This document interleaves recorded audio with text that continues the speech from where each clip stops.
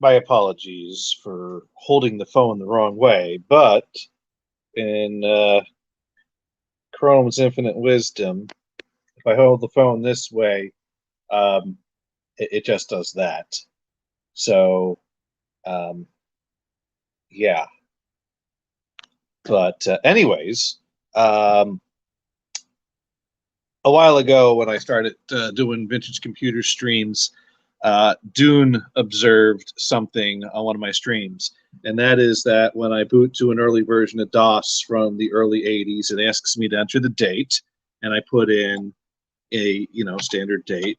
Today is March 8th, 2022, and I hit enter, and then asks me the time, and I'll put in 1956, hit enter. And Dune was like, wait, what in the hell? It took that post 2000 date on an early 80s computer. What was all this Y2K crap in the 90s? And yes, there was a lot of bullshit about Y2K, and it didn't shape up to be the disaster that some people were saying it was going to be.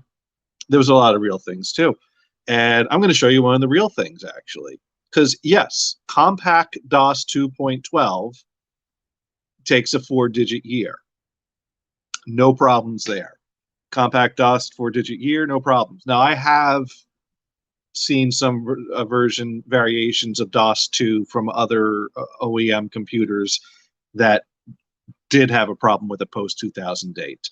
But compact DOS 2.12, no issue with a 4-digit date. However, I found a clock card that I actually could find drivers for, and I have it in here. And the clock card uses 2 commands. And I decided for simplicity to put the 2 commands in my DOS directory rather than have them sitting in the root of the C drive. And the 2 commands that this card uses are astclock, which takes the date and time that is set on this computer and applies them to the card, which has a button cell battery on it to keep it on when the computer's off. And set clock is the command that takes the date and time that's been programmed on the card and sets it in the computer clock. So you would get the clock right on the card, and then you would put set clock into your autoexec batch file, or run it manually if you're into kinky shit like that. And then, that way, rather than have to type in the date and the time every time you turn on the computer, there it goes. It sets itself, or it sets it with a single line command. And if you can read the screen here, you can see my astclock.com file was edited March 9th, 2018. My setclock.com file was edited March 20th, 1984. And the reason for that is because when I did research for the drivers for this, I found someone had patched the astclock.com file because that file had a Y2K bug. And I assumed that meant that it was only a problem on that file because they didn't offer patched files for astclock and setclock. So I grabbed the patched astclock, I grabbed the setclock from the driver I downloaded online, I loaded them in here. And so if I run astclock, it will take the date and time that we just set there and apply it to the clock card. And that pulled up the date and time perfectly fine without any issue, which means I should be able to set the clock and the time from that by running the set clock command. And I should also be able to put that in my autoexec batch file. But right here is where things get interesting.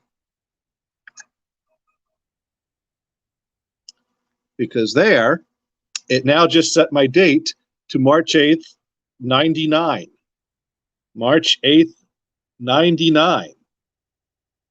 So yes, Dune, there are Y2K problems. And this is just playful ribbing. I'm not suggesting that there wasn't any bullshit to it, but this is the type of things that were, yeah. So I just want to take a moment to point that out. That in addition to playing with these computers, you see, wait a minute, not everything broke after Y2K. No, there are some things that when you deal with this hobby are broken for Y2K. So now I got to go find a patched version of the setclock.com file. Uh, I'd assume that if there's a patched version of the AST clock, there must be a patched version of the set clock. Otherwise, what use is the AST clock patch? So yeah. Anyways, so as you can see, this machine is still working great, put back together. And yeah, I put that other clock card in here, which you can see is I'm getting closer to working. So I'm getting to a point where I can turn this on and not have to set the date and time. So that's great. And Nashi best.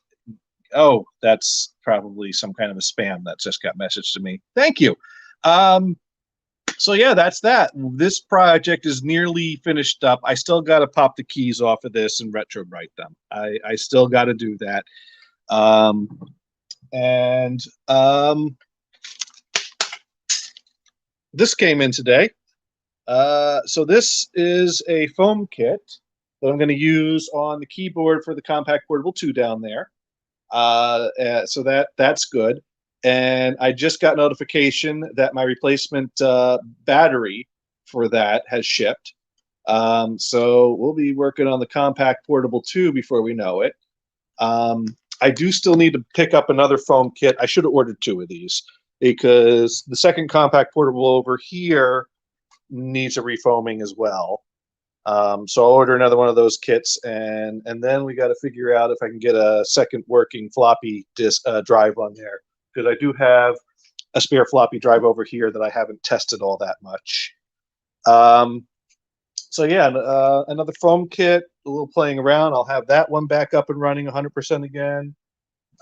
This will be a fun little project. And then, of course, non-computer related, we got the background music record player that I got to fix up at some of this point. And one of these days, I'm going to tinker around more with these pair of iMacs here and see if I can get OS X on them. But yeah, and over here, I got the 486 set up because I was using that to make some discs today. Well, to make the disc with the clock stuff on it. Anyway, so that was my little Y2K bug posting. Catch you later. Bye.